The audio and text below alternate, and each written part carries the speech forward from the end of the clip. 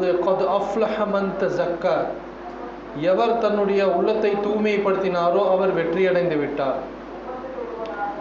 ரசூல் ஸல்லல்லாஹு அலைஹி வஸல்லம் அவர்களை பற்றி கூறும் பொழுது வமா அர்ஸல்னாக இல்லா ரஹ்மத்துல் லில் ஆலமீன், நபி ஸல்லல்லாஹு அலைஹி வஸல்லம் அவர்களை மிக உலகுக்கு அருட்கொடையாக நாம் கொடுத்திருக்கின்றோம். மற்றொரு வசனத்திலே அல்லாஹ் கூறுகின்றான், இன்னக லஅலா ஹுலுகின் அலீம், நபியே உங்களை சிறந்த கேரக்டரிலே சிறந்த நற்பண்புகளிலே நாம் உங்களை படைத்திருக்கின்றோம் என்று. நீங்கள் நற்பண்புகளினுடைய சிறந்த எல்லா கேரக்டர்ஸும் நற்பண்புகளும் உங்களிடம் அவ்வளவு சிறந்ததாக இருக்கின்றது என்று அல்லாஹுவே சர்டிஃபை செய்கின்றான். இப்போ இந்த ரெண்டு வசனத்திற்கும் நம்ம ஒரு கம்பேரிசன் பண்ண போகிறோம். அது அஃப்லஹ மன் தஸக்கா, எவன் தன்னுடைய உள்ளத்தை தூய்மைப்படுத்தினானோ அவன் வெற்றியடைந்து விட்டான். இன்னக லஅலா ஹுலுகின் அலீம், நிச்சயமாக நபியே நாம் உங்களை மிகச்சிறந்த நற்பண்புகளிலே உங்களை படைத்திருக்கின்றோம் அப்படின்னு. அப்போது ரசூல் ஸல்லல்லாஹு அலைஹி வஸல்லம் அவர்களுக்கு இந்த நற்பண்புகள் அல்லாஹ் கொடுத்திருக்கிறான் என்றால் எதுக்காக?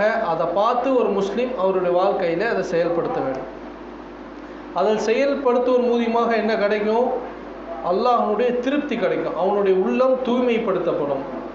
அப்போ எங்கெல்லாம் சுன்னா இருக்கின்றதோ, ரசூல் ஸல்லல்லாஹு அலைஹி வஸல்லமுடைய வழிமுறை இருக்கின்றதோ, அங்கெல்லாம் ஹக் இருக்கும், அங்கெல்லாம் சத்தியம் இருக்கும் என்பதை நாம் உணர வேண்டும். ஒரு முறை ரசூல் ஸல்லல்லாஹு அலைஹி வஸல்லம் அவர்களுக்கு அல்லாஹ்வுடைய புறத்திலிருந்து ஜிப்ரீல் அலைஹிஸ்ஸலாம் வந்து என்ன பண்ணாங்க? கிளாஸ் எடுத்தாங்க. ஃபஸ்ட்டு என்ன கேட்டாங்க? இஸ்லாம் என்றால் என்ன? ரசூல் ஸல்லல்லாஹு அலைஹி வஸல்லம் அவர்கள் பதில் கூறிவிட்டார்கள். ஈமான் என்றால் என்ன? ரசூல் ஸல்லல்லாஹு அலைஹி வஸல்லம் அவர்கள் பதில் கூறிவிட்டார்கள். மூன்றாவது இஹ்சான் என்றால் என்ன? இங்கே ஹைலைட்டான விஷயமே என்னன்னா, இஹ்சான் ஒரு பணியை செய்யறதுக்கும் அதை இப்படி தான் செய்யணுங்கிறதுக்கும் இஸ்லாம் வழிகாட்டுது. ஒரு டிஃப்ரென்ஸ் இருக்குது. இஸ்லாத்தை பொறுத்த வரைக்கும் பணியை நீங்கள் சும்மா வேணும்னே செஞ்சிடலாம் என்று நினைக்க வேண்டாம், முடியாது. அதுக்குன்னு ஒரு வழி இருக்குது, ஒரு புரோட்டோகால் இருக்குது. அந்த புரோட்டோகாலின் படி செய்தால் மட்டுமே உங்களுக்கு ரிசல்ட் கிடைக்கும். இதுக்கு தான் ரசூல் ஸல்லல்லாஹு அலைஹி வஸல்லம் அவர்களை நமக்கு அல்லாஹ் கொடுத்துருக்குன்னா, நீங்கள் இப்படியெல்லாம் வேலை செய்யணும், இப்படியெல்லாம் ரசூல் ஸல்லல்லாஹு அலைஹி வஸல்லம் அவரை பார்த்து நீங்கள் கற்றுக்கொள்ள வேண்டும் என்று. ஒரே ஒரு நிமிஷம், ஒரு எமர்ஜென்சி. ஹலோ ஹலோ சொல்லுங்கள் ராஜன். ஓகே, நான் கூப்பிட்றேன். ஓகே, மன்னித்து விடுங்கள், ஒரு சர்ஜரி எமர்ஜென்சி நினச்சி கூப்பிட்டுட்டாங்க, சாரி. அப்போது இஹ்சான் என்றால் என்ன? யாருமே பார்க்கவில்லை என்றாலும் கூட, என் பக்கத்தில் யாருமே இல்லை என்றாலும் கூட, அல்லாஹு ரப்புல் ஆலமீன் நம்மை பார்த்து கொண்டிருக்கின்றான் என்ற அந்த எண்ணத்தோடு நம்ம ஒரு செயலை செய்கிறோம் இல்லையா, அதுதான் இஹ்சான். இது எப்படி கிடைக்கும்? இது ரசூல் ஸல்லல்லாஹு அலைஹி வஸல்லம் அவர்கள் மட்டும்தான் நம்ம எடுத்துக்க முடியும். ஒரு காரியத்தை எப்படி வேணாலும் தொழுது கொள்ளலாம். நான் அல்லாஹ்விற்காக தொழுது கொள்கின்றேன் அப்படின்னு சொல்லிட்டு நீங்கள் இஷ்டத்துக்கு டம்முன்னு எந்திரிச்சு படுத்துட்டு இருந்தால் வேலைக்கு ஆகுமா? அல்லாஹ் ஏற்றுக்கொள்வானா? கிடையாது. இப்படித்தான் நீங்கள் தொழுக வேண்டும் என்பதை காட்டுவதற்காக அல்லாஹ்வுடைய தூதர் நம்மிடம் இருக்கின்றார். சஜ்தா இப்படி தான் பண்ணணும்னா இப்படி தான் பண்ணணும், ருக்கு இப்படி தான் பண்ணணும், இப்படி தான் பண்ணணும். சும்மா எந்திரிச்சு டம்முன்னு தலையும் காலம் உங்களோட கீழே போட்டுட்டு அந்த தொழுகை ஏற்றுக்கொள்ளப்படுமா? படாது. நீங்கள் யாருக்காக தொழுகிறீங்க? அல்லாஹ்விற்காக, நோ டவுட். ஆனால் அதை எப்படி செய்யணும் அப்படிங்கிறத வலியுறுத்தினது ரசூல் ஸல்லல்லாஹு அலைஹி வஸல்லம். அதுதான் இஹ்சான். இப்போ இதை நம்ம வாழ்க்கையில் செயல்படுத்துவோம். பப்ளிக்காக இருக்கும் போது நம்ம ரொம்ப ஒழுக்கமாக இருக்கும். நம்ம என்ன நினச்சிட்டு இருக்கிறோம்? சைக்கலாஜிக்கலாகவே ஒரு 4 பேர் நம்மளை சுற்றி இல்லைன்னா நம்ம என்ன வேணாலும் தவறு சார், இது இயல்பாகவே நம்மளுடைய உள்ளங்களிலே வந்து விட்டது. பல காரணங்கள் இருக்கலாம், என் நம்பர் ஆஃப் ரீசன்ஸ் இருக்கலாம். ஆனால் ஒரு சராசரி ஒரு முஸ்லீமுடைய நிலைமை, ஒரு மனநிலை என்ன? ஒரு 4 பேர் நம்மளை சுற்றி இல்லைன்னா நம்ம என்ன வேணாலும் பண்ணலாம், நம்மளை கேட்க போகிறது யாரும் இல்லை. இதை உடைக்கிறதுக்கு தான் அல்லாஹ் ரப்புல் ஆலமீன் தூதர் அனுப்பலாம். அந்த ரங்கத்தில் நீங்கள் எப்படி இருக்கணும் அப்படிங்கிறத முதல் கொண்டு படுப்பதற்கு நீங்கள் எப்படி படுக்க வேண்டும் முதல் கொண்டு ரசூல் ஸல்லல்லாஹு அலைஹி வஸல்லம் சொல்லிக் கொடுத்தாங்க. யாருமே நம்மளை பார்க்க, இந்த பூமியில் எல்லாமே ரெக்கார்டட். நான் பேசிய வார்த்தைகள், நீங்கள் உட்காந்துருக்கிற பொசிஷன், ஸ்டைலு, நீங்கள் என்ன பண்ணிகிட்டு இருக்கீங்க, எல்லாமே ரெக்கார்டு. நம்ம எஸ்கேப் ஆகவே முடியாது. உங்கள் மைண்டில் என்ன ஓடு, நீங்கள் எல்லோரும் என்ன பார்க்குற மாதிரி எனக்கு தெரியும், உங்கள் மைண்டில் என்ன ஓடுதுன்னு உங்களுக்கு தெரியும். இங்கே இருக்கக்கூடிய ஒரு 15 பேர் இருக்கீங்கன்னா 15 பேர் உன்னோட ஒரே ஆக்டிவாக கேட்டுருக்க மாட்டீங்க. உங்கள் மைண்டில் வியாபாரம் ஓடும், வீட்டில் சண்டை போட்டிருப்போம், இதெல்லாமே ஓடும், நிதர்சனமான உண்மை. ஆனால் நம்ம வேலை என்ன? அல்லாஹ் நம்மளை பார்த்து கொண்டே இருக்கின்றான். இங்கே பாருங்கள், வலது பக்கமும் என்னுடைய இடது பக்கமும் 2 பேர் நின்றுட்டே இருக்கான். யார் அவங்க? மா யல்ஃபிலு மின் கவுலின் இல்லா லதைஹி ரகீபுன் அதீத். வலது பக்கம் ஒருத்தரும் இடது பக்கம் ஒருத்தரும் ரெக்கார்ட் பண்ணாமல் எந்த ஒரு மனுஷனுமே இல்லைன்னு அல்லாஹ் ரப்பல் ஆலமீன் குர்ஆன்ல கூறுறாங்க. இது யதலக்கல் முத்தலக்கியானி அனில் யமீனி வனி ஷிமாலி கயீத். வலது பக்கம் ஒரு எழுத்தாளரும் இடது பக்கம் ஒரு எழுத்தாளரும் இல்லாமல் ஒரு மனுஷன் கண்காணிக்கப்படாமல் இருப்பதே இல்லைன்னு அல்லாஹ் சொல்லிட்டான். முடிஞ்சு போச்சு, அவ்வளோதான். அப்போ நீங்கள் என்ன ஏமாற்றிடலாம், இங்கே ஆக்டிவாக இருக்கிற மாதிரி நீங்கள் என்ன ஏமாற்றிடலாம். நானும் என்ன நினைப்பேன், ஆஹா என்னுடைய உரை எவ்வளோ ஆக்டிவாக கேட்குறாங்க, நானும் ஏமாந்துடலாம்.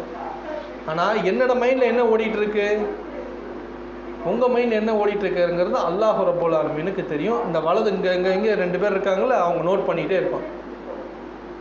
அப்போ இதிலிருந்து இது ஒரு பிரச்சனை. இஸ்லாம் என்றைக்குமே பிரச்சனைக்கு தீர்வு கொடுக்கும், அதுதான் இஸ்லாம். இப்போது மற்ற மதங்களுக்கெல்லாம் அவங்களுக்கு ஒன்றுமே அக்கறையே, அவங்களுக்கு ஒன்றும் அறிவும் தேவையில்லை, ஒன்றும் தேவையில்லை. எதை எடுத்தாலும் அவங்களுக்கு ஒரு வழிமுறை இல்லை. சிறுநீர் கழித்தாலும் தூய்மைப்படுத்த வேண்டும் சொல்கிறது நம்மமா இருக்கும், தூய்மையே இல்லாதது அவனுடையமா இருக்கும். அப்போது நமக்கு அவங்களுக்கு ஒரு மிகப்பெரிய ஒரு வித்தியாசத்தை அல்லாஹ் இஸ்லாம் கண்ணியத்தை கொடுக்கும். வித்தியாசம் என்பதை விட ஒரு கண்ணியம். நீ மூமின் ஆயிட்டியா, நீ ஒரு சிறந்தவன், அல்லாஹ் அவனுடைய பார்வையில் நீ சிறந்தவன். அப்போது இதை எப்படி இன்னும் நம்ம இதற்கு தீர்வு என்ன, சொல்யூஷன் என்ன அப்படின்னு பார்த்தீங்கன்னா, ரசூல் ஸல்லல்லாஹு அலைஹி வஸல்லம் என்ன சொன்னாங்களோ அதை அப்படியே வாழ்க்கையில் செயல்படுத்துறது. அதில் சில விஷயங்களை இன்றைக்கு ஜும்மாவில் பார்ப்போம். முதலாவதாக நான் சொன்னது அந்த இஹ்சான், யாருமே பார்க்கலனாலும் ரப்பு பார்த்து கொண்டிருக்கின்றான்ங்கிறத மைண்டில் நல்லா ஏற்றிக்கிறது. எக்காரணத்துக்கு ஒன்று இதில் நம்ம வழி தவறிட்டோன்னா நம்ம முடிஞ்சுது. நம்ம ஊரில் நம்ம யோகியனாக இருக்கலாம், திடீர்னு நமக்கு வெளியூர் போகக்கூடிய ஒரு வாய்ப்பு கிடைக்குது. அந்த இடத்துல நாம் மூமியனாக யோகியனாக இருக்கின்றோமா என்பதை நாம் யோசித்து பார்க்கலாம். ஒரு யோகியன் என்பவன், ஒரு உண்மையான மூமின் யாரு? தவறு செய்ய வாய்ப்பு கிடைத்தும் அந்த தவறை செய்யாமல் இருக்கான். பார்த்தீங்களா, அவன் அந்த தரஜா அல்லாஹ்வின் இடத்துல வேல்யூ அதிகம். இப்போ நம்ம அந்த முகல்லாலே இருக்கிறோம், இந்த ஒரு சேஃப்டி ஜோன் இங்கே இருந்தால் பாய் பார்ப்பாரு. ஒரு அந்நிய பெண் வர்றாங்க, நம்ம டக்குன்னு என்ன தலையை குமிஞ்சிருவோம், ஐயோ நம்ம முகல்லா, நம்ம பார்த்து நாளைக்கு இவர் நம்மளை கம்ப்ளைண்ட் பண்ணிடுவார். இதுதான் எல்லாத்துக்கும் வரக்கூடிய இயல்பு. ஆனால் ஒரு மூமியினுடைய எண்ணம், வெளியூர் போனால் என்ன இருக்கணும்? இப்போ உதாரணத்துக்கு பெங்களூர் போகிறோம், ஃபுல்லாக ஐடி, நம்ம பார்வையை கண்ட்ரோல் பண்ணுறோமா, அங்கே அதுதான் மேட்டர். அங்கேயும் மலக்குமார்கள் இருப்பாங்க, அங்கேயும் ரப் இருப்பான். அங்கே நம்ம எந்த அளவுக்கு ஆக்டிவாக இருக்கின்றோம், எந்த அளவுக்கு இஹ்சானோடு இருக்கின்றோம் என்பதை நாம் யோசித்து பார்க்க வேண்டும். இது ஒன்று. ரெண்டாவது, இன்க்ளூசிவ்னஸ் என்ற ஒரு வார்த்தை இருக்கின்றது. அதாவது ஆங்கிலத்தில் இன்க்ளூசிவ்னஸ்னால் என்ன? எல்லாத்தையும் ஒன்று சேர்த்து வேலை செய்வது.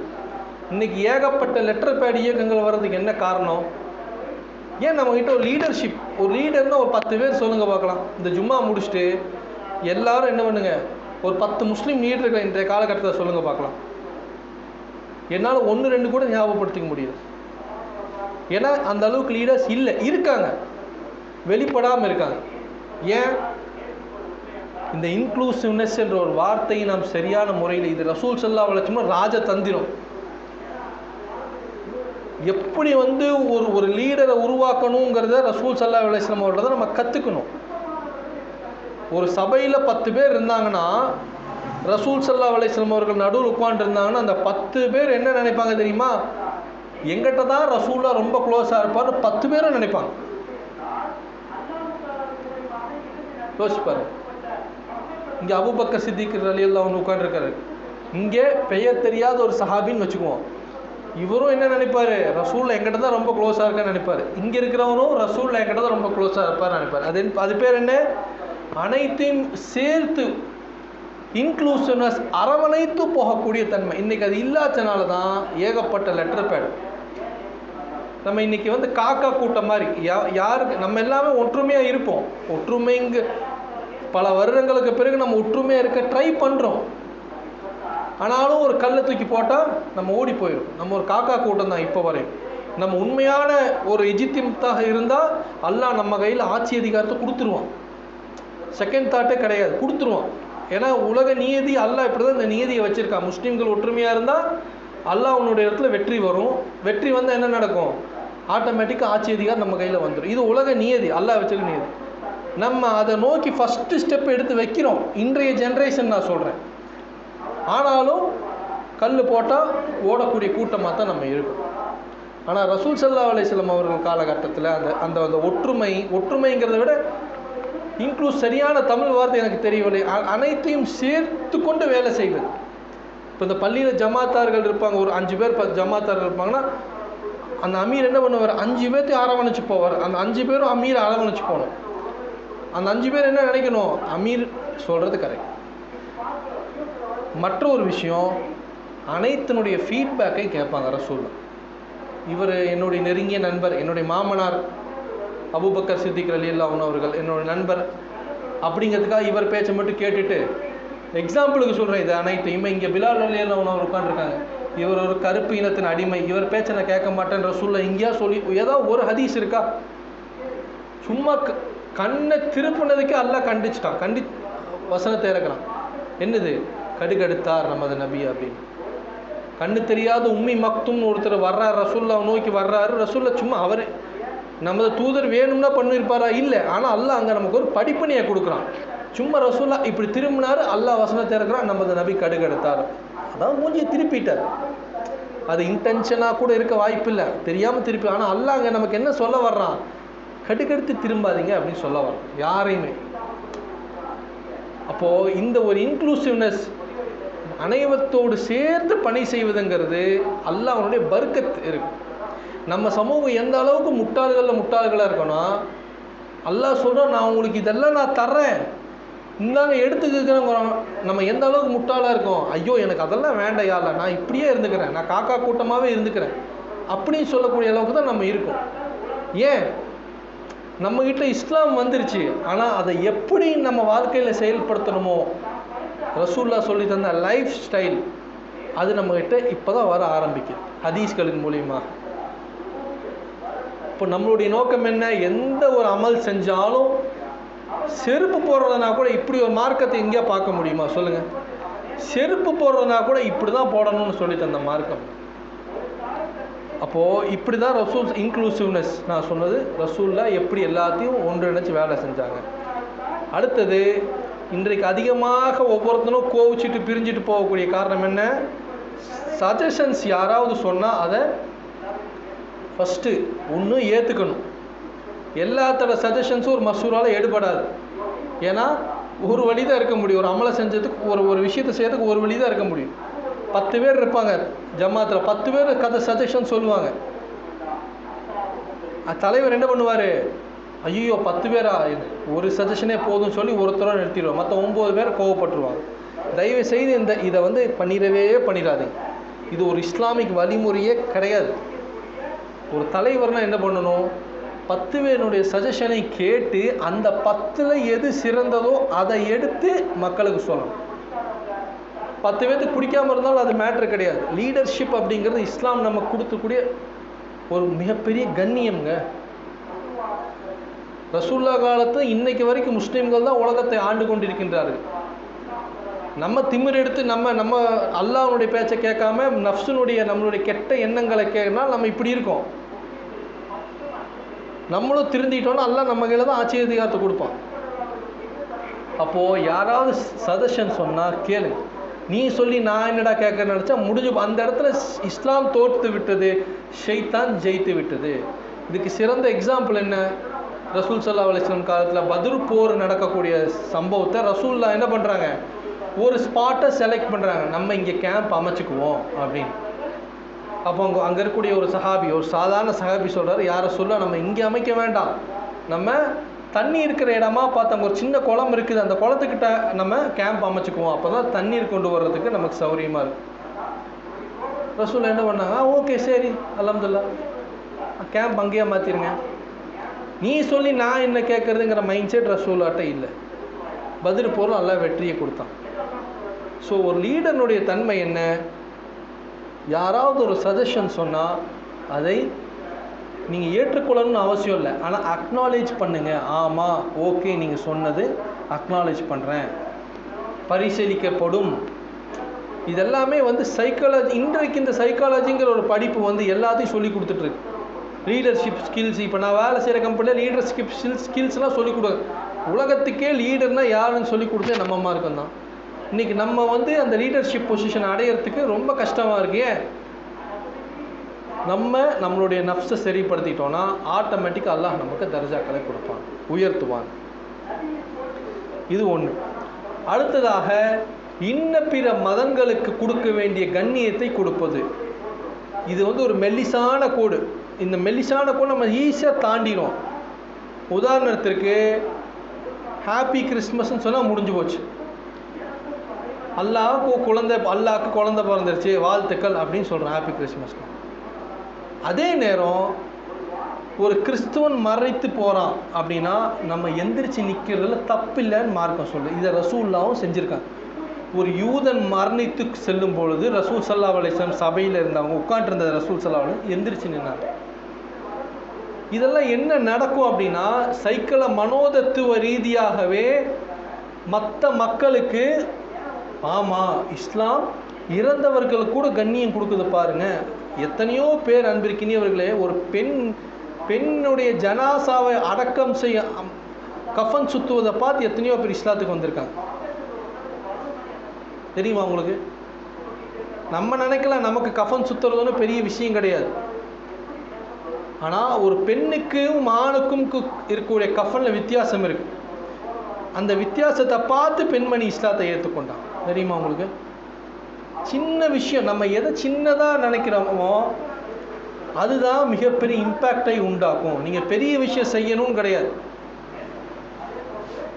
நீங்கள் ரோட்டில் போய் நின்று சத்தமாக மக்களுக்கெல்லாம் இஸ்லாத்தை சொல்லணுங்கிற அவசியம்லாம் இல்லை. ஒரு சின்ன விஷயம், ஒரு வியாபாரம் பண்ணும் போது ரசூலுல்லாஹ்வுடைய ஸ்டைல், இந்தாப்பா நீ வேலை செஞ்சு முடிக்கலை, சாயங்காலம் 5 மணிக்கு தான் உனக்கு டியூட்டி முடியுது, இந்தா 4 மணி ஆச்சு, இந்தா உன்னோட கூலியை பிடி, வேர்வை சிந்துவதற்கு முன்னாலே கூலி கொடுத்து கொள்ளுங்கள் ரசூலுல்லாஹ் சொல்கிறாங்க. இதெல்லாம் என்ன ஆகும்? அவனுக்கு இம்பேக்ட், அவனுடைய வாழ்க்கையை சீர்படுத்தும். ஓ இவ்வளோ கண்ணியமான மார்க்கமே இவ்வளோ இவர்களே இவ்வளோ கண்ணியமாக இருக்காங்கன்னா இவங்களுடைய மார்க்கம் எவ்வளோ கண்ணியமாக இருக்கும்னு சொல்லி அவன் இஸ்லாத்தின் பால் ஈர்க்கப்படுவான். அப்போ ரசூலுல்லாஹ் எந்திரிச்சு நின்னா. அடுத்தது, உங்களிடம் வேலை செய்யக்கூடிய சக உரிமையாளர்களை, உங்களுடைய எம்ப்ளாயீஸுகளை நல்லபடியாக ட்ரீட் பண்ணுவது. இதில் எவ்வளோ பெரிய விஷயம் இருக்குது தெரியுமா? எத்தனை பேர் இன்றைக்கி இஸ்லாத்துக்கு வர்றதுக்கு ஒரு முக்கியமான காரணமாக என்ன இருக்கும்? நீங்கள் துபாயிலெல்லாம் பார்த்தீங்கன்னா நிறைய பேர் இஸ்லாத்துக்கு வராங்க. என்னுடைய எஜமான் என்னை எவ்வளவு கண்ணியமாக பார்த்து கொண்டார் என்பதற்காக இஸ்லாத்துக்கு வரக்கூடிய மக்கள் இருக்காங்க. இஸ்லாத்தின் பால் ஈர்க்கக்கூடியவங்க இருக்காங்க. நம்மளுடைய இயல்பு என்ன? ஒருத்தர் 10 நிமிஷம் லேட்டாக வந்திருப்பான் அல்லது அரை நாள் லேட்டாக வந்திருப்பான், டக்குன்னு நம்ம ஃப்ரஸ்ட்ரேஷன்ஸை காமிச்சிடும், நம்ம கோவத்தை காமிச்சிடும். அவன் என்ன பண்ணுறான்? என்னடா பாய் தொழுகிறாரு, நல்ல விஷயம் பண்ணுறதுனா ரொம்ப ஒரு கோவமாக இன்ஹியூமன் மனிதத்தன்மை ஏற்று பிஹேவ் பண்ணுறாருன்னு சொல்லி அவனுக்கு மைண்டில் ஃபஸ்ட் என்ன போகும்னா மார்க்கம் தான் போகும். யாசர் சொன்னால், முகமது சொன்னால், அப்துல்லா சொன்னாலாம் போகாது. என்னடா பாய்க்கு இப்படி இருக்காங்க, ஒரு ரஃப் ஸ்டஃபாகவே இருக்காங்க. நாளைக்கு நீங்கள் என்ன தான் நல்ல விஷயம் செஞ்சாலும் அவனுக்கு ஃபஸ்ட்டு என்ன தோணும்? முதல்ல எல்லாம் இந்த கிறிஸ்துவர்கள் என்ன பண்ணிட்டு இருந்தாங்க, இப்போவும் பண்ணுறானுங்க. ஒரு முறை நான் ஒருத்தருக்கு ஒரு அழைப்பு பணி செய்ய போகிற ஒரு வாட்ச்மேனுக்கு, அந்த வாட்ச்மேன்கிட்ட கூட நான் ஒரு நோட்டீஸை கொடுக்குறேன் ஒரு 10 வருடங்களுக்கு முன்னாடி. அவர் பார்த்தோன்னு என்ன சொன்னார், ஐயோ நீங்கள் தலையெல்லாம் வெட்டி போட்டுருவீங்க, வேண்டாம் எடுத்துப்போங்கன்ட்டு. இப்போ நான் சொன்னேன், நான் எதுங்க உங்கள் தலையை வெட்ட போகிறேன் அப்படின்னா, இல்லைங்க நீங்கள் பாய்க, ஐயோ நீங்கள் தலையை வெட்டிடுவீங்க அப்படின்னு சொன்னாங்க. யார் சொன்னால்? கிறிஸ்டியன்ஸ் சொன்னாங்க. பைபிள் கொடுக்கும்போது எனக்கு சொன்னாங்க, முஸ்லீம்ஸ்லாம் எதுவும் வாங்கிடாதீங்க, தலையை வெட்டிடுவாங்க.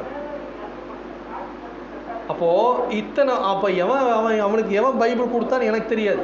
எத்தனை வருஷமாக அவன் கொடுத்துருப்பான். அந்த மைண்ட் செட் அவனுக்கு அப்படியே தானே இருக்கும். 10 வருஷம் உதாரணம் சொல்கிறேன், 10 வருஷம் அவன் அந்த கிறிஸ்தனும் அவன் சந்தித்ததுனால 10 வருஷம் அவனுடைய மைண்ட் செட் அப்படியே இருந்திருக்கும். யோசிச்சு பாருங்க. அவன் குஃபாரை மரணிச்சா யாருக்கு அந்த பொறுப்பு? நாளைக்கு எல்லாம் நம்மகிடம் கேட்பான், நீங்கள் அழைப்பு பண்ணி செய்யலை அவங்களுக்கு. அப்புறம் நம்ம அவருக்கு எக்ஸ்பிளைன் பண்ணி, இல்லைங்க இப்படி தான் மார்க்கம் அப்படின்னு சொன்னோம். இந்த மாதிரி எத்தனை லட்சம் கோடி மக்கள் இருக்காங்க தெரியுமா? இஸ்லாம்னாலே ஒரு ஒரு தீவிரவாதத்தை போதிக்கூடிய மார்க்கம். ஏன்னா நம்ம சொல்லலை. பிரச்சனை அவங்ககிட்ட இல்லை.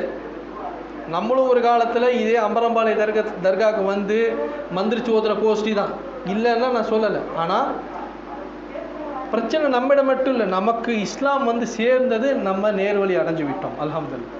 அவன் இன்னும் அந்த குப்பையிலேயே தான் இருக்கான். இப்போ நம்ம மட்டும் சொர்க்கத்துக்கு போனால் போதுமா? அல்லாஹ் குர்ஆன்ல சொல்கிறான், வல்தக்கும் உம்மத்துன் யதுஊன பில் இலல் கைர் வ தஅமுரூன பில் மஅரூஃப் வ யஅமுரூன பில் மஅரூஃப் வ யன்ஹவுன அனில் முன்கர் வ உலாயிக ஹுமுல் முஃப்லிஹூன். உங்களில் ஒரு கூட்டம் இருக்க வேண்டும், அவர்கள் என்ன செய்ய வேண்டும்? நன்மையை ஏவ வேண்டும், தீமையை தடுக்க வேண்டும். வ உலாயிக ஹுமுல் முஃப்லிஹூன், அவங்க தான் வெற்றியாளர்கள் அல்லாஹ் சொல்கிறான். அப்போ நன்மை ஏவிக்கொண்டே இருக்க வேண்டும் நம்ம ஒரு முஸ்லிம். இதை ரசூல் ஸல்லல்லாஹு அலைஹி வஸல்லம் அவர்கள் செய்தார்கள். உங்களோடு வேலை செய்யக்கூடிய சக மனிதர்களுக்கு உண்டான கண்ணியத்தை கொடுங்கள், ஆட்டோமேட்டிக்காக அவன் உங்கள் மீது கண்ணியத்தை வைத்துக் கொள்வான்.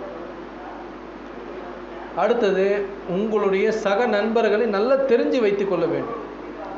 ஒரு சூப்பரான ஒரு ஹதீஸ், அதாவது ஹதீஸ் பார்க்கறதுக்கு சிம்பிளாக தான் இருக்கும், ஆனால் எவ்வளோ பெரிய மீனிங் பாருங்கள். ரமலான் மாதத்தில் ஒரு சஹாபி வந்து கேட்குறாரு, யார சொல்லா, நான் என் மனைவியை முத்தமிட்ட அனுமதி கொடுங்கள். ரமலான் மாதத்தில், நோம்பு மாதத்தில். ரசூல் ஸல்லல்லாஹு அலைஹி வஸல்லம் அவர்கள் வந்து மறுத்துடுறாங்க. வேற ஒரு சஹாபி வந்து கேட்குறாங்க, யார சொல்லா, என்னுடைய மனைவியை முத்தம் கொடுக்கறதுக்கு அனுமதி கொடுங்க. ரசூல்லா அனுமதிக்கிறாங்க. அப்போ தோழர்கள் கேட்குறாங்க, ஏன் யார சொல்ல இவருக்கு மட்டும் அனுமதிச்சிங்க, இவருக்கு மட்டும் அனுமதிச்சிக்காங்க? இவருடைய ஏஜ் டிஃப்ரென்ஸ் இருக்குது, இவர் என்ன பண்ணிடுவார், டக்குன்னு கிஸ் அடிச்சதோட வரம்பு மீறி விடுவார். இவர் கொஞ்சம் முதுமையானவர், இவர் வரம்பு மீற மாட்டார். எப்படி புரிஞ்சு வச்சுருக்காங்க பாருங்க. தலைவர் ஒன்று சொன்னால் அது எனக்கு, தலைவரும் அந்த குவாலிட்டிஸ் இருக்கணும். ஃபஸ்ட்டு தலைவரும் எல்லாத்தையும் புரிஞ்சு வச்சுருக்கணும்.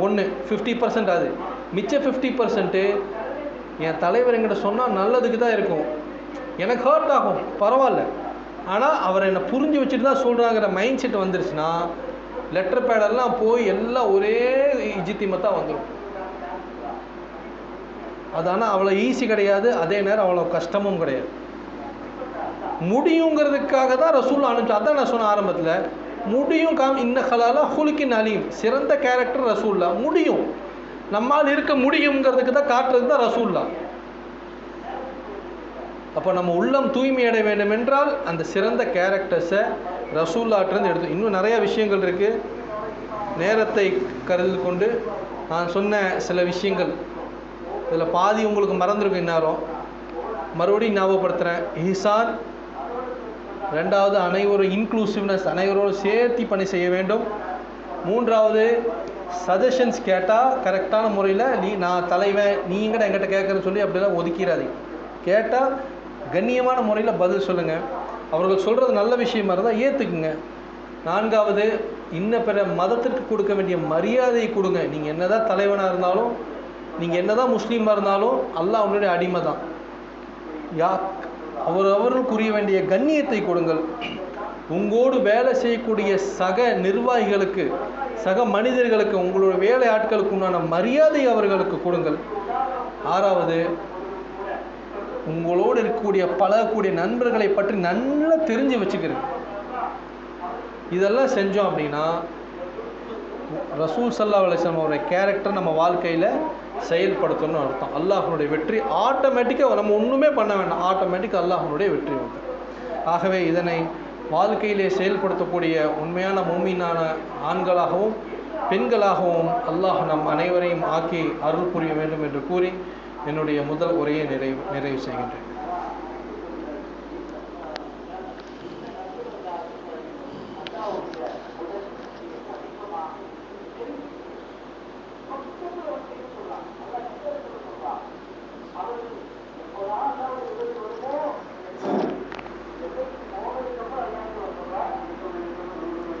இன்னல் ஹம்துலில்லாஹ்